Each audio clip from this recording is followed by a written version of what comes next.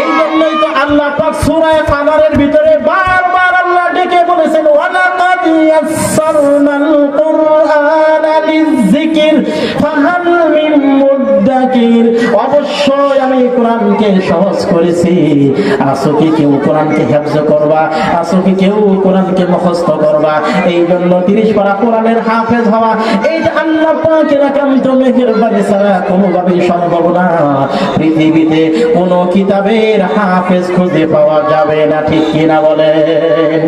এই যে কোরআনুল কারীমের হাফেজ হয়ে যায়, 30 পারা কোরআনকে সিনার ভিতরে ধারণ করে, এবার তো নবীজি তার ব্যাপারে বলেন যে ব্যক্তি মান কোরআন কোরআন ফাস্তাযহারাহু ফাআহাল্লা হালালাহু ওয়া হারামা হারামাহু আদখালাহু আল্লাহুল জান্নাহ ওয়া শাফাআহু ফি 'আশরাতিন মিন আহলি বাইতিহি কুল্লুহুম ক্বাদ ওয়াজাবাত লাহুমুন নার। যে ব্যক্তি কোরআনুল কারীম পড়লো, 30 পারা কোরআনকে মুখস্থ করলো, হিফজ করলো, তার মর্যাদা কেমন বেড়ে গেল। বিশ্বনবী বলেন সে যদি একটা কাজ করতে পারে, হালালকে হারাম, হালালকে হালাল জেনে, হারামকে হারাম জেনে যদি সেই অনুযায়ী আমল করে চলে, হালালকে হালাল জেনে, হারামকে হারাম জেনে যদি তার উপরে আমল করে চলতে পারে, আল্লাহ পাক তো তাকে জান্নাতে প্রবেশ করাবেন তো করাবেন। তার পরিবার থেকে এমন 10 জন লোককে জান্নাতে নেওয়ার জন্য তাকে পারমিশন দিয়ে দিবেন।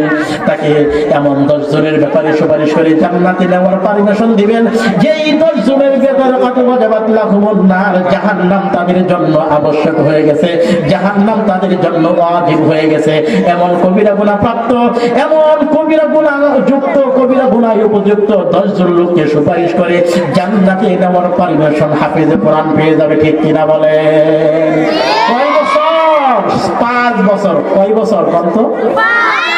5 বছরে 3 পর্যন্ত দুনিয়াবি লাইনে পড়ে তেমন কোনো মূল্য, তেমন কোনো মর্যাদা বাড়ে নাই।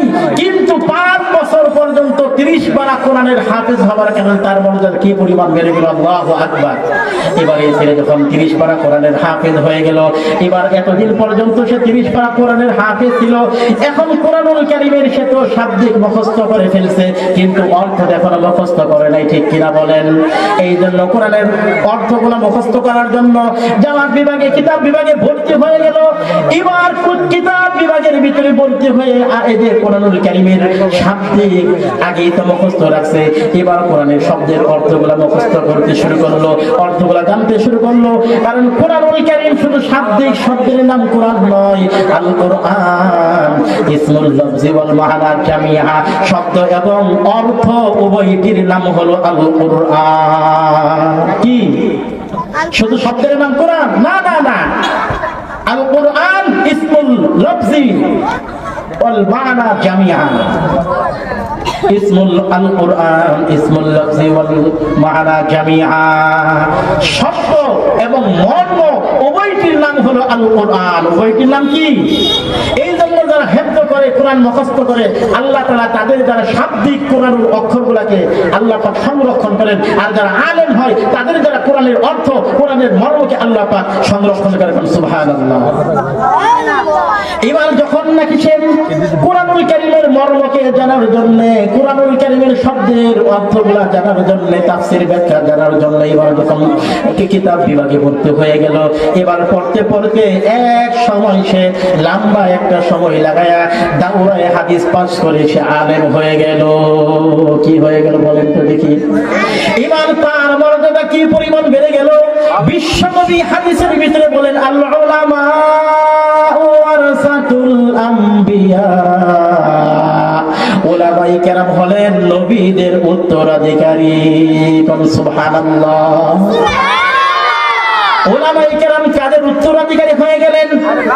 দুনিয়ার কোন মন্ত্রী নয়, দুনিয়ার কোন এমপি নয়, দুনিয়ার কোন সরকার নয়, দুনিয়ার কোন নেতা নেত্রী নয়, দুনিয়ার কোন রাজা বাদশা নয়, বরং আসমানের নিচে জমিনের উপরে আল্লাহ পাকের সবচাইতে প্রিয় বান্দা যারা, বেগুনা মাসুম নবী রাসূলগণ যারা, এখন তারা নবী রাসূলদের উত্তরাধিকারী হয়ে গেল, ঠিক কিনা বলেন?